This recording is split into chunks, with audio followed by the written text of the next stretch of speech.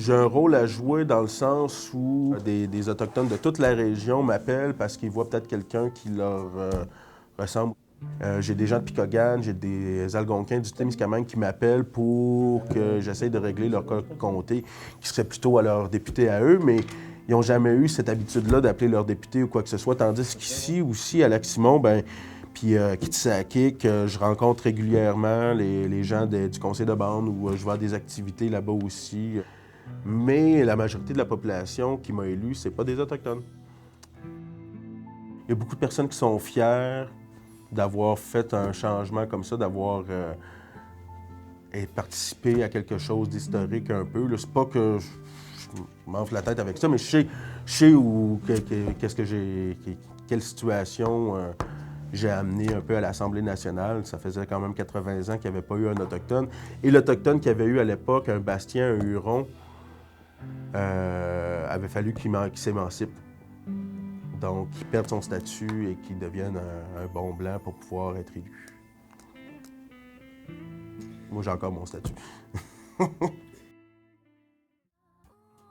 Ça se voit dans ma face que je suis autochtone, je peux pas nier ça, là. Salut André! Ça va? Oui.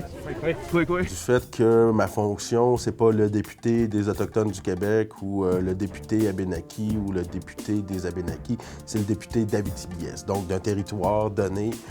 Et c'était très important que les gens comprennent bien ça. C'était aussi une crainte que les gens avaient que je sois juste là pour et par les Premières Nations pour faire en sorte d'améliorer les conditions de vie, mais je suis quelqu'un de très attaché à ma région, puis je suis québécois, Abénaki québécois, donc fier de mes deux origines, fier d'être né ici en région, fier de ma région, je l'ai d'un trip. Donc je pense que les gens avaient cette crainte-là, puis aujourd'hui, les gens voient bien que je suis là pour travailler pour le monde en général.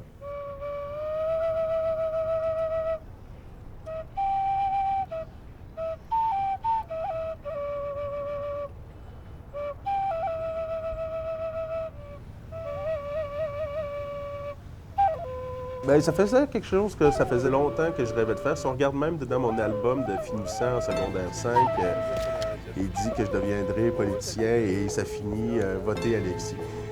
Donc, même en secondaire 4-5, je savais déjà que je voulais faire ça. J'ai eu un cheminement après ça où je suis allé voyager en France pendant 10 mois. J'ai fait un peu d'école aux adultes pour revenir vivre à Montréal un petit brin pour avoir accès après ça ici à Val-d'Or à une formation d'éducateur à petite enfance. Donc, je suis éducateur à petite enfance de formation, puis c'est là que j'ai commencé mes implications en 2004.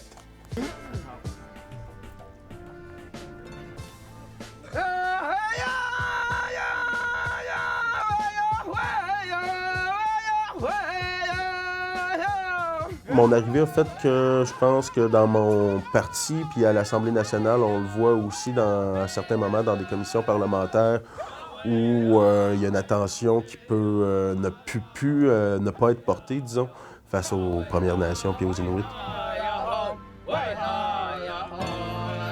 Il me semble que j'ai le sentiment dans les médias de voir justement un certain changement par rapport à des modèles de réussite autochtones, que ce soit sur APTN, où on voit des documentaires aussi des fois sur Canal D, ou le fait qu'on puisse voir Samian aussi à Musique Plus, au top 5, que tout le monde vote pour lui. Je pense que c'est des éléments qui montrent qu'il y a certains modèles de réussite autochtones qu'on en voit de plus en plus.